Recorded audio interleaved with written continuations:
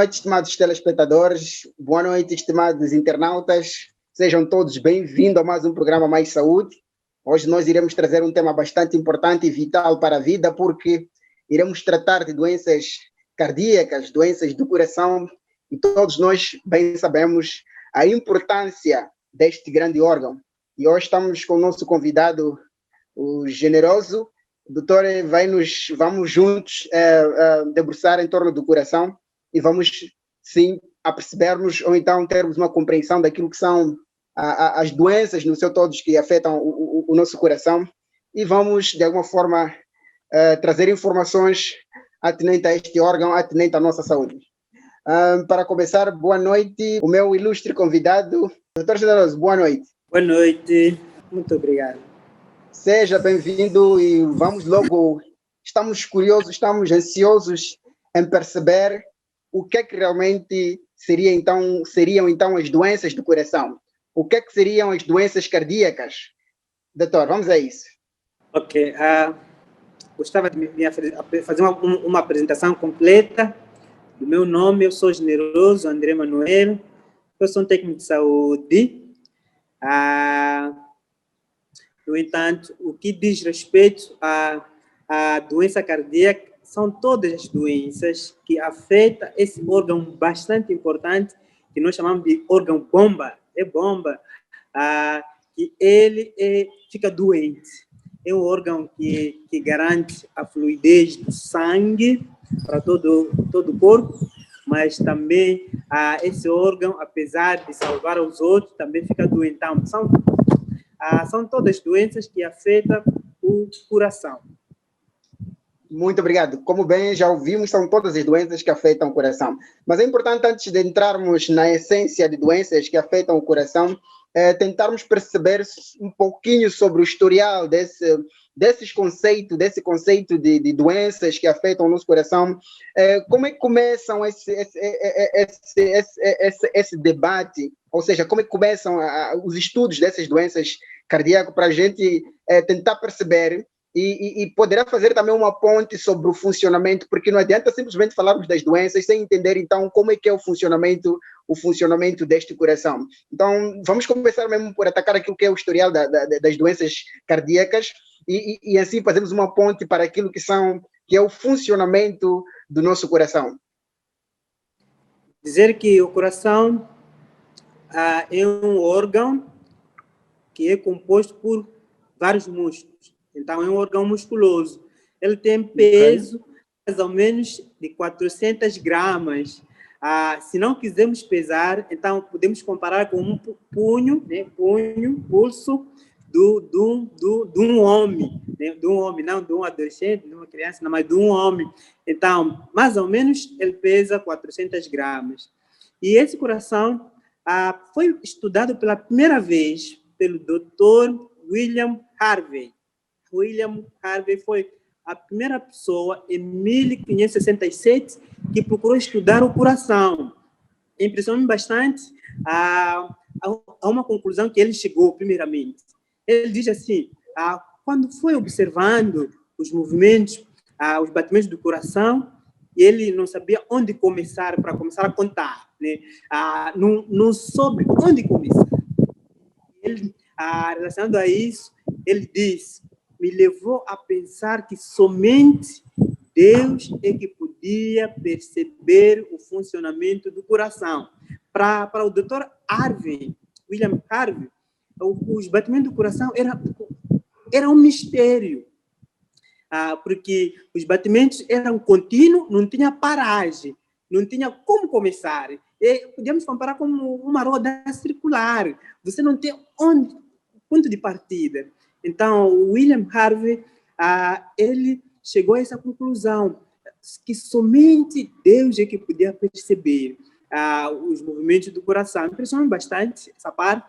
E mais tarde, depois tivemos outros médicos que chegaram a uma boa conclusão, e começaram, e ele também desenvolveu um estudo mais tarde, onde ele, pela primeira vez, começou a fazer a contagem dos batimentos do cardíaco. Então, em termos de historial, temos como ponto de partida em 1567, na pessoa de William Harvey. A funcionalidade do coração, eu gostava de falar também da sua constituição.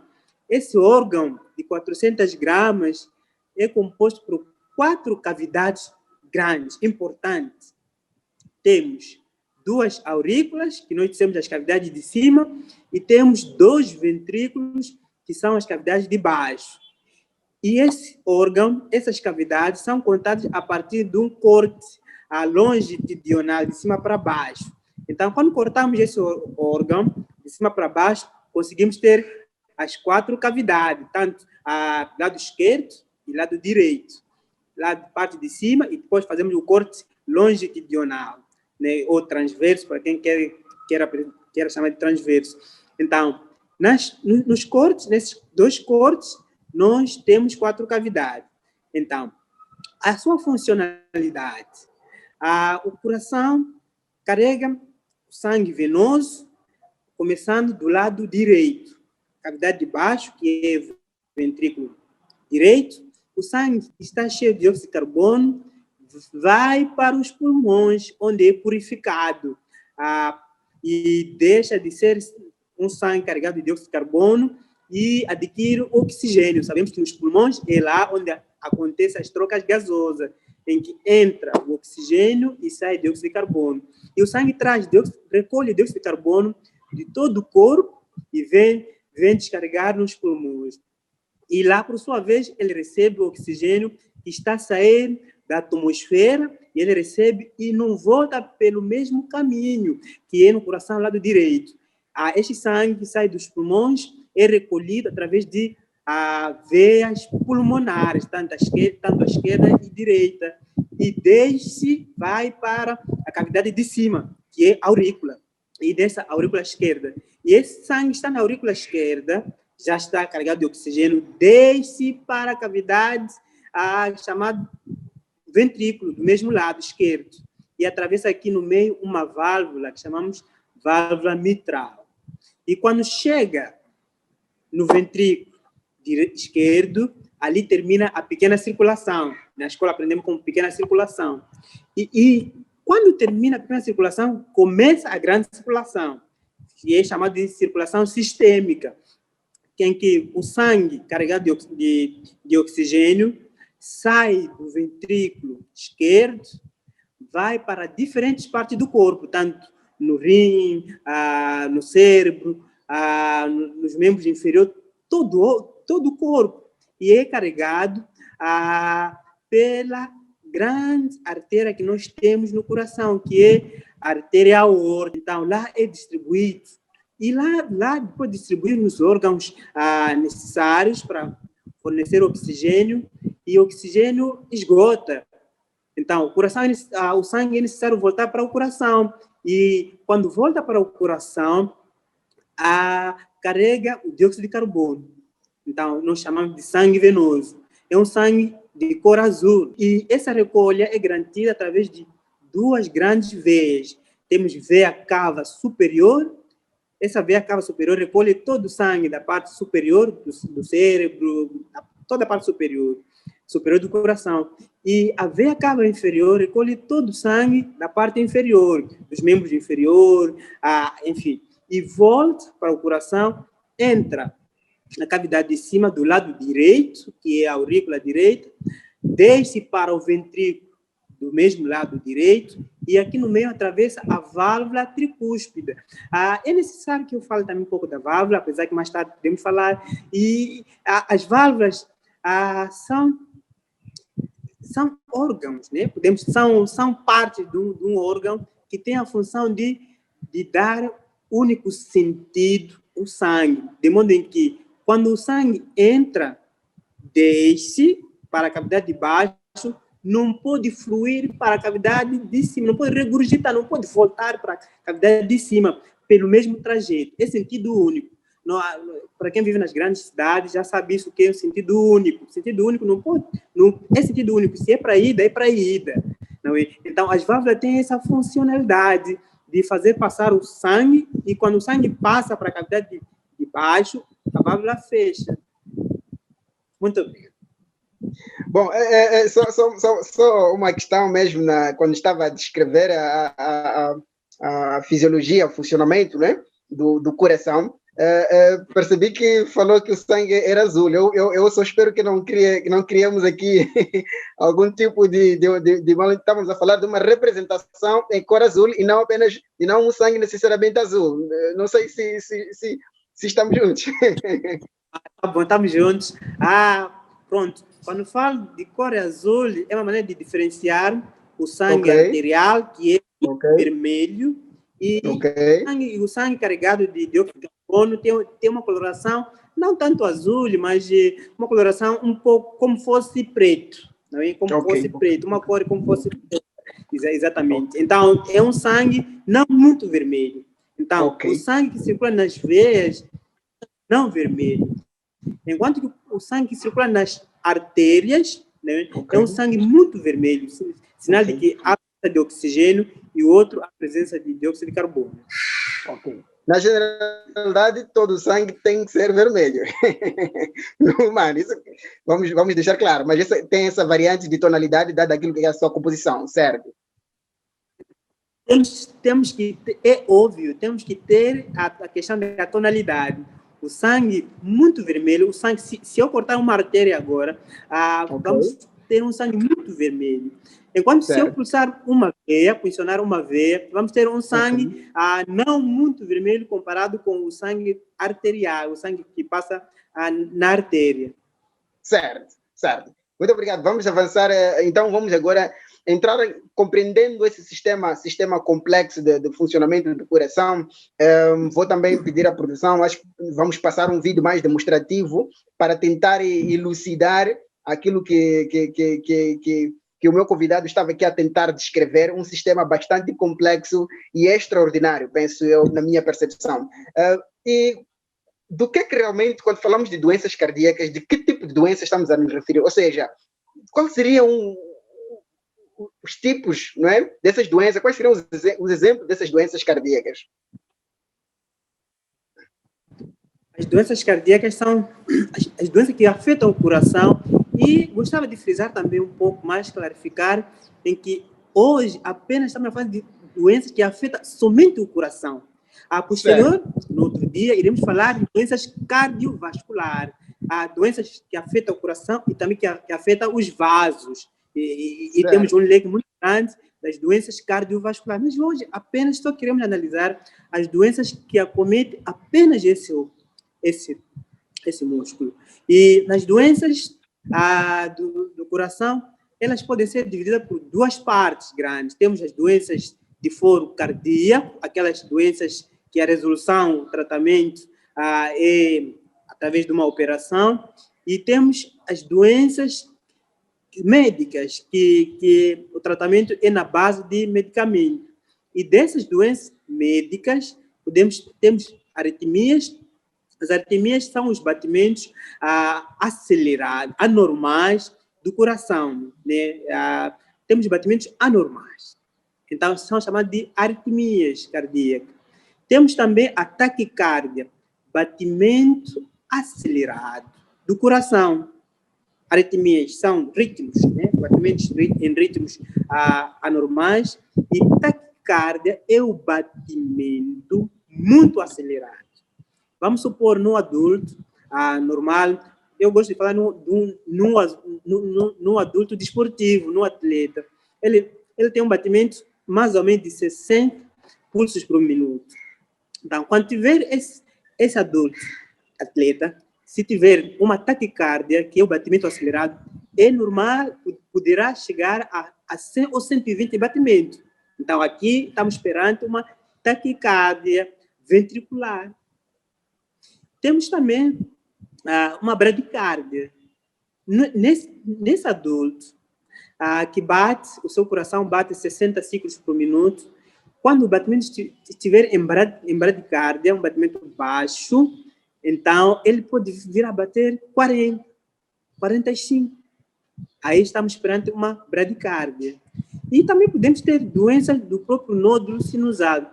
Todo o impulso do batimento cardíaco é originado no nódulo sinusal, que que é um órgão que está acima da de cima, neste caso, do lado direito, né? Está acima da aurícula esquerda, não, direita.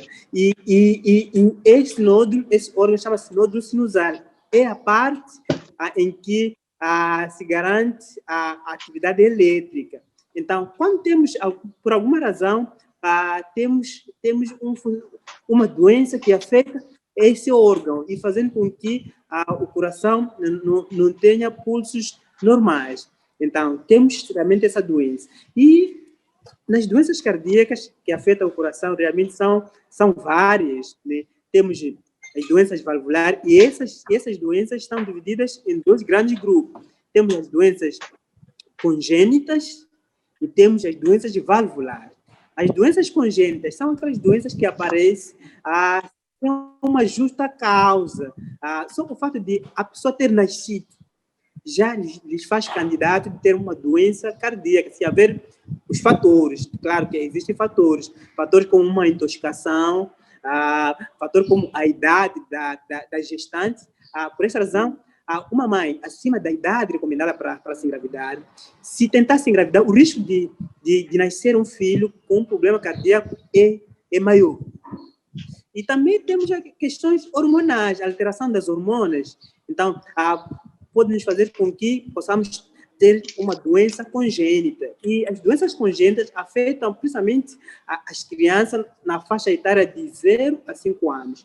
E essas doenças congênitas temos comunicação entre ventrículos, comunicação entre aurículas, temos a persistência do encerramento do canal arterioso, podemos ter uma tetralogia de Fallot. Então, é um leque muito grande das doenças congênitas, mas que fazem parte de doenças do grupo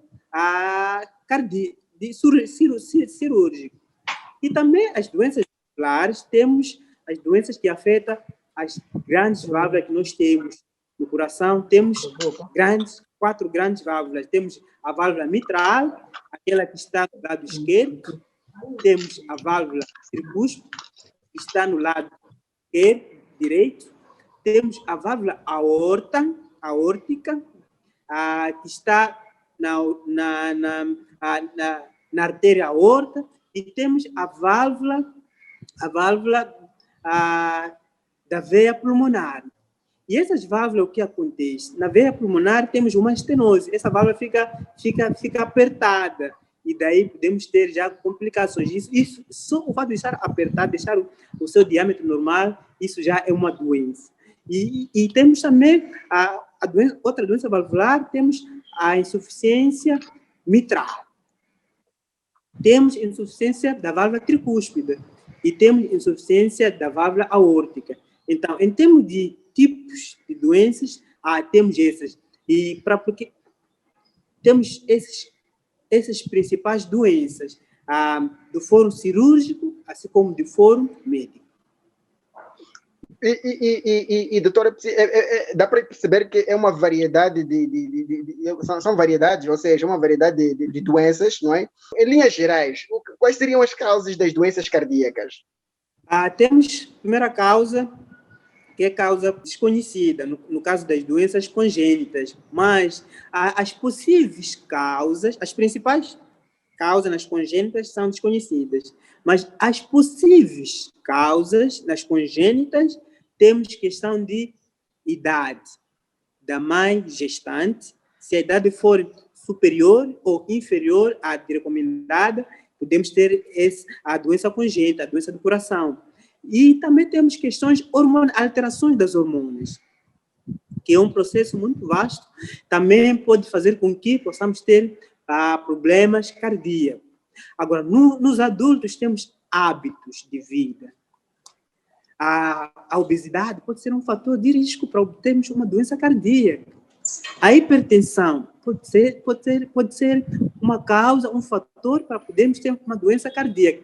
As infecções respiratórias superiores, falo da amigdalite, falo da faringite, essas doenças de foro respiratório são muitas vezes proporcional à doença cardíaca, porque essas doenças são, essas infecções respiratórias são causadas por bactérias de estreptococcus, e essas bactérias, elas fazem com que podemos ter dor de garganta, podemos ter infecções, febres, podemos ter dor de cabeça, e o organismo, quando essas doenças não forem maltratadas, então o organismo, isso desenvolve uma atuação anormal.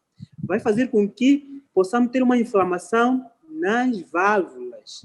Principalmente a válvula que mais sofre com isso é a válvula mitral. Por essa razão, chama-se uma insuficiência mitral reumática. Começa a desenvolver uma doença reumatoide, em que temos uma inflamação e uma cicatrização anormal devido a doenças do foro respiratório superior e essas doenças que foram maltratadas e foram causadas por bactérias estreptococcus. Então, temos questão obesidade, temos hábitos alimentares nocivos, não é? Uso de muita comida não boa, não saudável, fazem com que possamos chegar a ter doenças cardíacas. O próprio sedentarismo também é um dos fatores de risco para que possamos ter doenças cardíacas. Então, uma causa principal, número 1, não se sabe, mas as possíveis causas temos essas que acabamos de arolar. E percebemos uma coisa, quando a gente, sempre que se fala de doenças cardíacas, há sempre uma relação com a gordura, não é? Há sempre uma relação, de forma muito rápida, fazemos esse link, fazemos essa relação rápida das doenças cardíacas com as gorduras. Qual é a explicação que isso tem, acima de tudo, o porquê dessa relação estreita das doenças cardíacas com a gordura, em particular? Quando nós temos gordura, temos que perceber que é tecido adiposo, né? Provém de muito açúcar e depois vai criando placas. Então, a questão de obesidade, temos questão de placas nos vasos. E os vasos do coração, os vasos que alimentam o próprio coração, que são as coronárias, são vasos muito finos. Então, por ser vasos muito finos, e quando tivermos gordura a circular no nosso, na nossa corrente sanguínea, essas gorduras são depositadas, criam um depósito de placas e vão ser depositadas nos vasos, nas coronárias. Então, chega a uma quantidade em que pode impedir a passagem normal, vão diminuir o lúmen. Se o lúmen, vamos supor, o lúmen tinha um diâmetro de 2, um exemplo, e essas gorduras vão se depositando, chega um momento em que esse diâmetro passa de 2 para 0,5 ou 0,2, então, praticamente não temos sangue a circular, a passar nesse vaso. E aí o que vamos ter? Vamos ter hipertensão, né? Vamos ter hipertensão tanto nas coronárias, assim como em outros vasos, né? Vasos gerais. Vamos ter hipertensão, que é uma resistência que os vasos fazem quando o sangue tenta passar. Essa hipertensão. Mas também esses vasos que provém de muita quantidade de gordura, que dão obesidade, estão depositados nas coronárias, chega um momento em que vão ocluir a perfusão sanguínea, e aí vamos ter um infarto do miocárdio, porque o músculo como tal, o sangue, o coração, não é alimentado. O sangue não chega para alimentar a ele, apenas ele está a alimentar os outros. Então, aí, o coração acaba desenvolvendo uma cardiopatia, né? Essa cardiopatia pode ser um infarto do miocárdio, e por lá em diante. É daí que temos essa relação de gordura, né? Ao engordar com problemas cardíacos. Certo. No seu todo, como é que é feito os diagnósticos, quais são os possíveis diagnósticos, não é? O diagnóstico para a doença cardíaca, temos aqui, primeiro, um diagnóstico que tem que ser feito dentro de um hospital, porque temos que fazer análise, partindo da análise do sangue, temos marcadores cardíacos, temos que ver se os marcadores cardíacos estão elevados ou não. Aí podemos, se estiverem elevados, podemos afirmar que estamos perante uma doença cardíaca. Tem que fazer eco cardíaco para ver as funções do coração, se elas são mantidas ou não. Então, o diagnóstico é realmente hospitalar. Agora, o que se faz de rápido, temos aqui os sinais e sintomas. A partir dos sinais e sintomas, podemos nos dar uma ideia de pensar, talvez estamos perante uma doença cardíaca. Vamos arrolar os sinais e sintomas de uma doença congênita, por exemplo. Uma criança de 0 a 5 anos. Uma criança que nasce com um bom peso, 3 quilos, por exemplo, mas passado 3 meses o peso não sobe, 6 meses o peso não sobe, pelo contrário, o peso diminui. Então, temos diminuição do peso, nós falamos de falência de crescimento, a criança não cresce, temos infecções frequentes, respiratórias frequentes, bronquite, está sempre a tossir, está sempre com febre. Isso nos dá realmente uma ideia de estarmos perante uma doença cardíaca, apesar que pode ser sinais e sintomas de outras doenças. Mas quando queremos abordar a questão cardíaca, esses sinais e sintomas são muito relevantes e a criança perde ar. E a criança, quando chora, de repente fica com uma cor um pouquinho, não fica vermelha, fica um pouco azulado. E uma cor azulada é típico de uma doença cardíaca. Nos adultos, por exemplo, quando temos a doença valvular, não é? Há um pequeno esforço que a pessoa faz, ou que está a caminhar pelas escadas, cansa-se com facilidade, um cansaço fácil, uma ortopnea, a pessoa fica numa posição horizontal, começa a perder ar. E a pessoa tem diminuição do peso, começa a perder peso. Esses sinais e sintomas nos dão uma alusão de ser estamos perante uma doença cardíaca. Então, são a partir desses sinais e sintomas, quando vamos para o hospital, vamos fazer os exames necessários, acaba se diagnosticando que estamos perante uma doença cardíaca.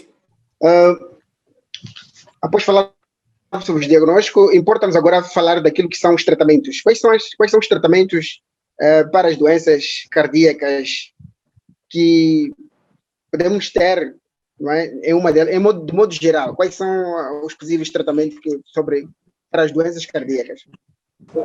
Tratamento para as doenças cardíacas está dividido em 2 partes. Como no início eu dizia, temos o tratamento médico, que nós chamamos de tratamento conservador. Esse não é agressivo, é na base de medicamentos. E aqui não poder tomar comprimido isso, mas é tratamento médico e o tratamento cirúrgico.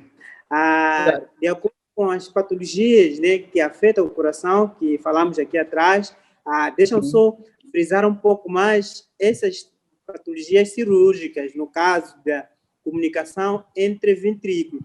Esse mecanismo de comunicação entre ventrículos, por que acontece? O normal é aquele que falamos da pequena grande circulação. O sangue sai da cavidade do ventrículo, vai para o pulmão é purificado, volta para a aurícula, do outro lado esquerdo, desce para o ventrículo do outro. Segue um trajeto específico. Esse é o normal. Então, quando, por alguma razão, começamos a temos tido rotura, furo mesmo, entre uma cavidade vizinha com a outra. É como se tivéssemos uma parede aqui no meio. E temos parede, realmente, é o septo. Temos uma vedação entre a cavidade do outro lado, esquerda, com a cavidade direita. Temos o septo, que é uma membrana que divide evitando que o sangue não possa fluir de uma cavidade para outra, sem seguir o trajeto. Então, quando temos essa anomalia, no caso da comunicação entre ventrículos, que são as cavidades de baixo, temos uma fenda aqui a nível do septo, Então, essa fenda, em vez do sangue seguir o trajeto, sair do ventrículo direito, ir para os pulmões, acaba comunicando, sai do ventrículo direito, vai para o ventrículo esquerdo. E nos pulmões não passa, ou se passa numa quantidade reduzida. E aí, sinais e sintomas, temos a cor azulada. A criança, por exemplo, na criança, porque essa patologia acontece muito, é uma patologia congênita, acontece na criança de 0 a 5 anos, e quando a criança, quando está a chorar, fica com extremidades, né, os dedos azulados. Significa que temos redução de oxigênio no sangue, devido a essa comunicação entre a ventrículo.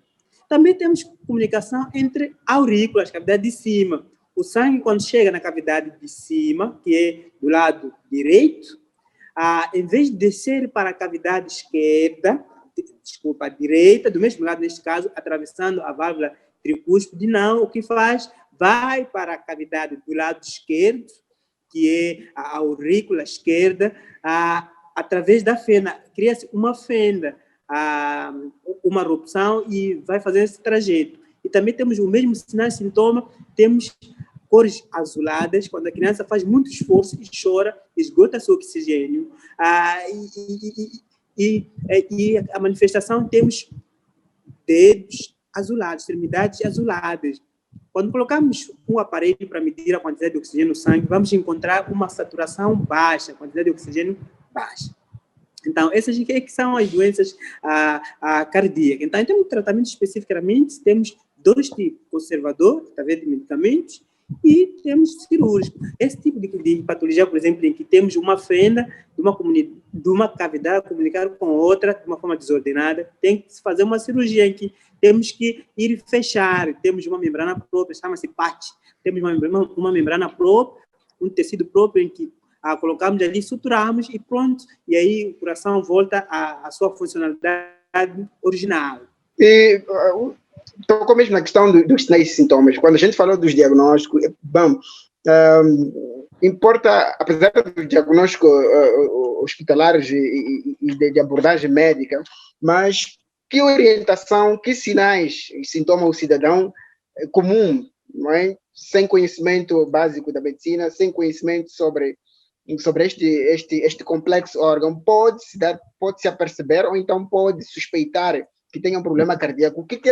O que chamaria a atenção? Qual seria os sinais e sintomas neste cidadão, neste paciente, e que provavelmente já começasse a sugerir o sinal, ou seja, a presença de uma doença cardíaca, numa maneira geral?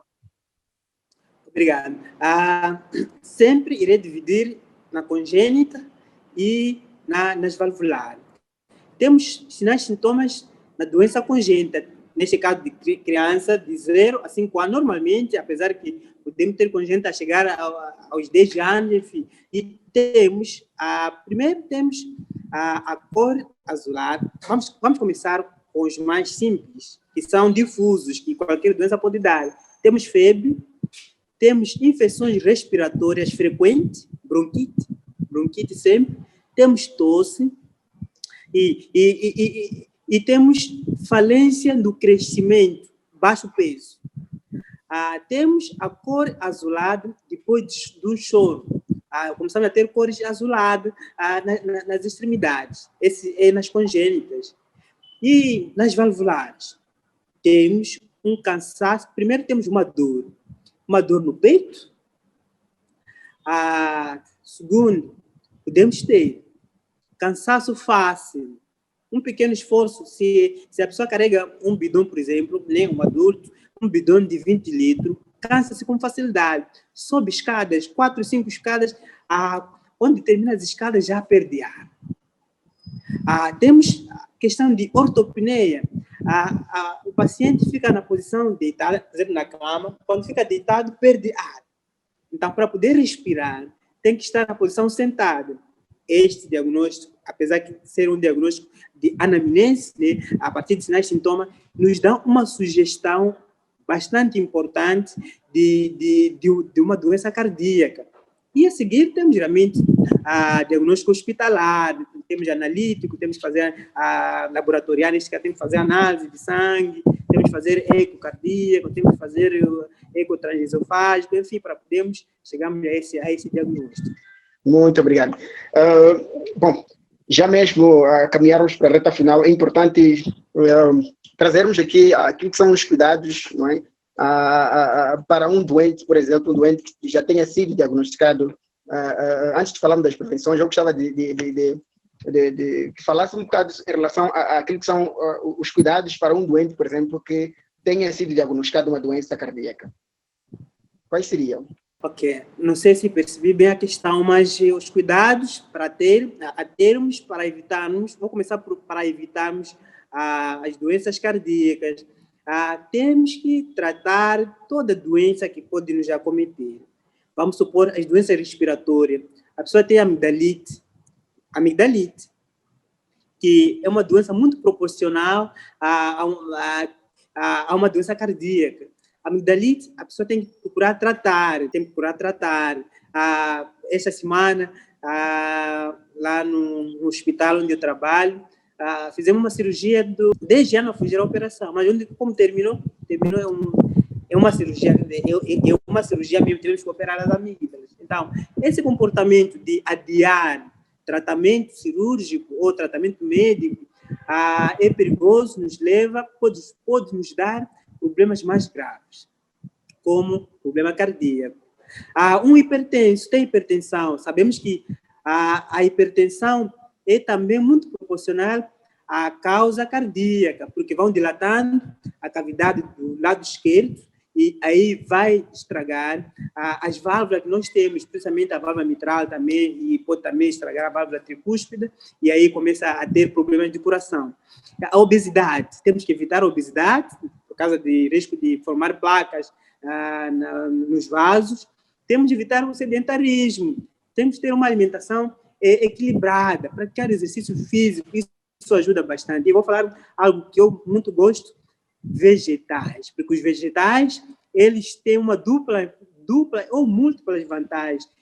Puxam as gorduras que estão lá nos vasos, estão lá, e esses vegetais acabam tirando essas gorduras. Então, para além disso também, temos muitas vantagens em termos com os vegetais. Então, ter uma alimentação equilibrada na base de alimentos vegetais é muito importante. Evitar as carnes gordurosas, evitar as carnes.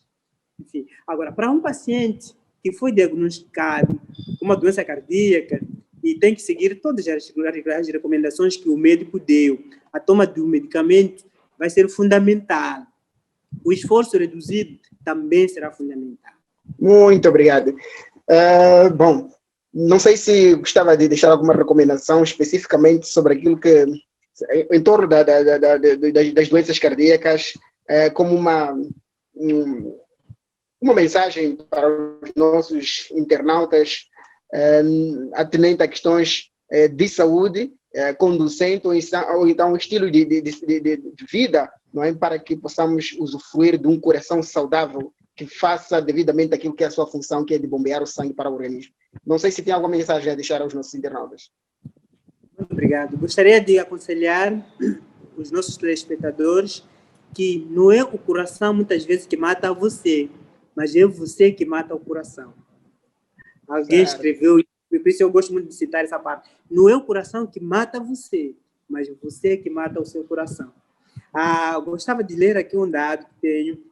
A questão de doenças cardíacas é a principal causa de morte a nível mundial. É a primeira causa. Então, falando de doença cardíaca, nós estamos a falar de doença menos importante. Uma doença mais importante que devemos prestar muita atenção. Porque com um coração doente, nós não vamos ter uma saúde. Não vamos ter. Porque o coração é uma bomba. Coração, o sangue serve para abastecer e serve para tirar. Abastece-nos de oxigênio para diferentes partes do corpo e também tira impurezas do corpo. Então, quando tivermos um coração doente, não podemos esperar termos uma boa saúde. Então, gostava mesmo para que possamos valorizar. Valoriza o seu coração. Sabe, o coração é muito sensível e ele obedece. Pequenos gestos contam bastante para que ele possa ficar saudável. Era essa a minha recomendação. Obrigado. Muito obrigado por ter se juntado a nós para partilhar esses conhecimentos ricos e essenciais para a saúde. Nós esperamos ter sido claro. Eu espero que o doutor tenha deixado aqui, ou os nossos internautas tenham percebido a essência por detrás, então, os ensinamentos, os conhecimentos por detrás de doenças cardíacas. Eu sou obrigado a repetir esta palavra, ou seja, essa mensagem. Não é o coração que te mata, você que mata o seu coração. Então, vamos todos cuidar do nosso coração, vamos todos tomar um estilo de vida, uma postura responsável para que possamos proporcionar uma longa vida. Então, eu quero agradecer a todos que estiveram ligados ao nosso Mais Saúde. Nós nos dispersamos hoje, nos despedimos hoje, com promessa de voltarmos no próximo domingo para mais mensagens sobre saúde. E tem mais, por favor, queira partilhar esta palestra, partilhe este programa, deixe o seu comentário, deixe as suas questões, deixe os seus acréscimos, as suas dúvidas e não se esqueça de partilhar esses conhecimentos para as pessoas que tu ama, amigos e familiares, porque eles precisam saber como eles devem levar uma vida saudável, como eles podem viver, como eles podem proporcionar uma saúde para o seu coração, para que possam usufruir de uma boa saúde. A todos, nosso obrigado, e obrigado pelo carinho, obrigado pela preferência, e nos voltamos para o próximo domingo. Muito obrigado e boa noite.